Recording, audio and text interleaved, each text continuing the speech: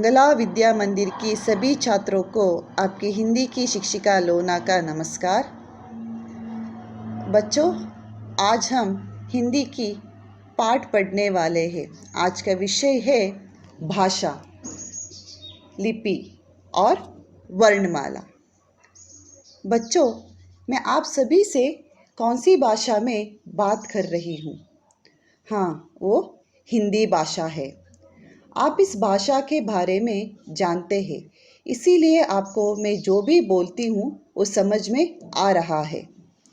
हर बच्चा अपने पहले मातृभाषा बोलता है, क्योंकि वह घर में उसके माता पिता, भाई बहन या दादा दादी, जो भी घर में बड़े बुजुर्ग हैं, उनसे उस भाषा को सुनता है और समझता है। और जैसे जैसे दिन गुजर जाता है, बच्चा उस भाषा को बोलना शुरू करता है।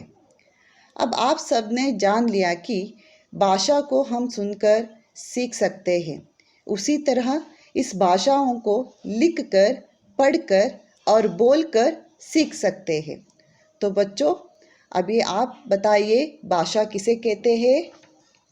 जो मन की बात अथवा मन की भाव को लिखकर, बोलकर, सुनकर अथवा पढ़कर समझ सकते हैं और उसे प्रकट कर सकते हैं, उसे भाषा कहते हैं। भाषा की व्याख्यान कुछ इस तरह है कि मन की बात को प्रकट करने का साधन भाषा है। वो किसी भी रूप में हो सकता है।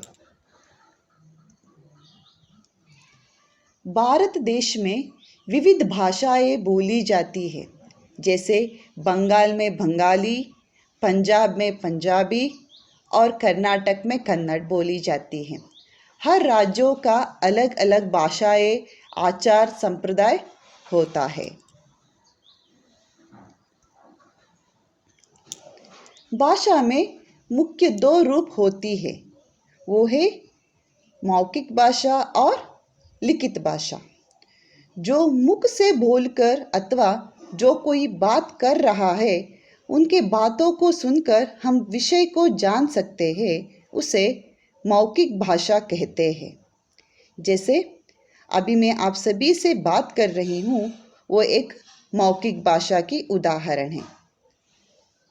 आप अपने दोस्तों से टेलीफोन में बात करना या अपने माता पिता से बात करना, ये सभी मौखिक भाषा की उदाहरण हैं। तो अभी हम चलते हैं भाषा की दूसरी रूप की तरफ, वो है लिखित भाषा। यह भाषा के जिस रूप से हम अपने विचार और भावों को लिखकर प्रकट करते हैं अथवा दूसरों के विचार या भावों को पढ़कर ग्रहण करते हैं, जैसे अभी आप इस वीडियो में भाषा के बारे में पढ़कर उसे समझ रहे हैं, यही लिखित भाषा का रूप है। तो आगे हम पढ़ेंगे इन्हीं सब चीज़ों का कुछ उदाहरण। जैसे राम ने पत्र लिखा, यहाँ पर पत्र एक लिखित रूप भाषा के उदाहरण है, क्योंकि वह अपने विचारों को पत्र के सहायता से व्यक्त कर रहा है। हमारा दूसरा उदाहरण है, राधा ने सुमन को टेलीफोन किया। यहाँ पर राधा नाम की एक लड़की अपनी सहेली के साथ टेलीफोन में बात कर रही है। तो इसमें हमें पता चलता है कि वो दोनों आपस में बातें करते अपनी भावनाओं को प्रकट कर रही है। तो वो दोनों बातें कर रहे हैं, तो यह एक मौखिक भाषा है। हमारा तीसरा उदाहरण है, जैसे पिताजी अखबार पढ़ रहे हैं। इस वाक्य में पिताजी विचारों को अखबार के सहायता से प्राप्त कर रहे हैं। वो लिखी हुई विषय को पढ़ रहे हैं, तो यह एक लिखित भाषा के उदाहरण है। तो आगे हम देखते हैं, नेताजी ने भाषण दिया। इस संपूर्ण वाक्य में नेताजी अपनी राजनीतिक दल के बारे में बात कर रहे हैं। यह एक मौखिक भाषा का उदाहरण है। तो बच्चों, आप अभी जान लिया कि भाषा किसे कहते हैं और भाषा की दो रूप क्या है। अपनी मन की भावनाओं को प्रकट करने का साधन को भाषा कहते हैं। और भाषा में दो प्रकार है, वो है एक मौखिक भाषा और लिखित भाषा।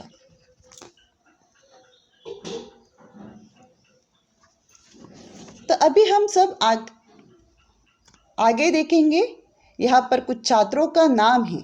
यहाँ पर नाम अलग अलग भाषा में लिखा हुआ है, मतलब इन नामों का लिखने का लिपि या तरीका अलग हो गई।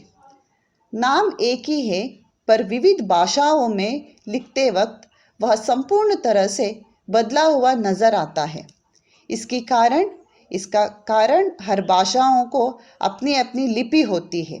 जैसे हिंदी, कन्नड़, तमिल, तेलुगु आदि भाषाओं का लिखने का तरीका अलग होती है।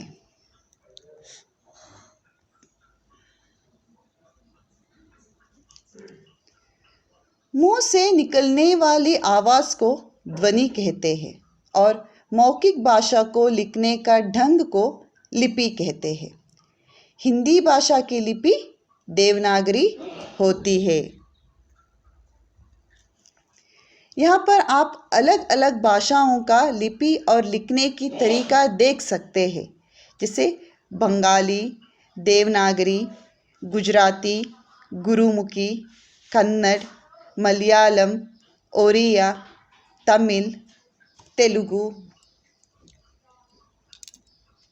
जैसे ही आप सब जानते हैं, भारत देश में विविध भाषाएं बोली जाती है। यहाँ पर विभिन्न धर्म के लोग रहते हैं। सभी का खाना पीना, रहना सहना अलग अलग है। सिर्फ भारत देश में ही विविधमय संस्कृति देखने को मिलती है। हमारे बोलने की भाषा अलग हो सकती है, लिखने की लिपि अलग हो सकती है, पर देश की विचार में हम सब एक हैं, हम भारतीय हैं। तो बच्चों, अभी आप सभी ने विभिन्न भाषा और लिपि का जानकारी प्राप्त कर लिया है, तो हम अपनी पाठ्य पुस्तक की तरफ देखते हैं।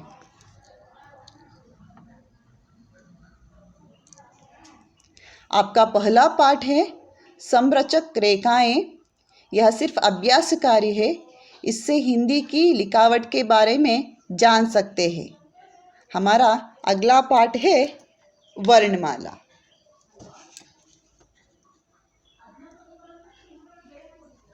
वर्णों के समूह को वर्णमाला कहते हैं।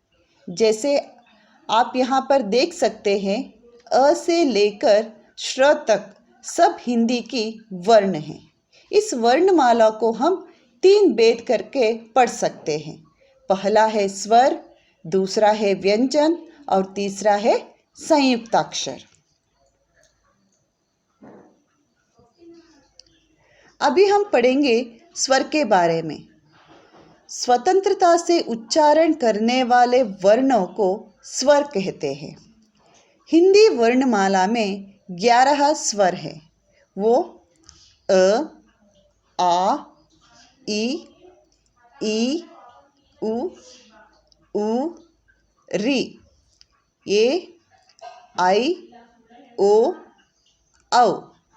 तो अभी आप सोच सकते हैं, अंग और अह को क्यों नहीं लिया है। अंग को हम अनुस्वार कहते हैं और अह को विसर्ग कहते हैं।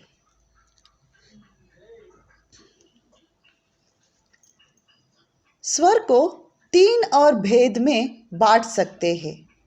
वो है ह्रस्व स्वर, दीर्घ स्वर और प्लुत स्वर। अभी हम पढ़ेंगे ह्रस्व स्वर के बारे में।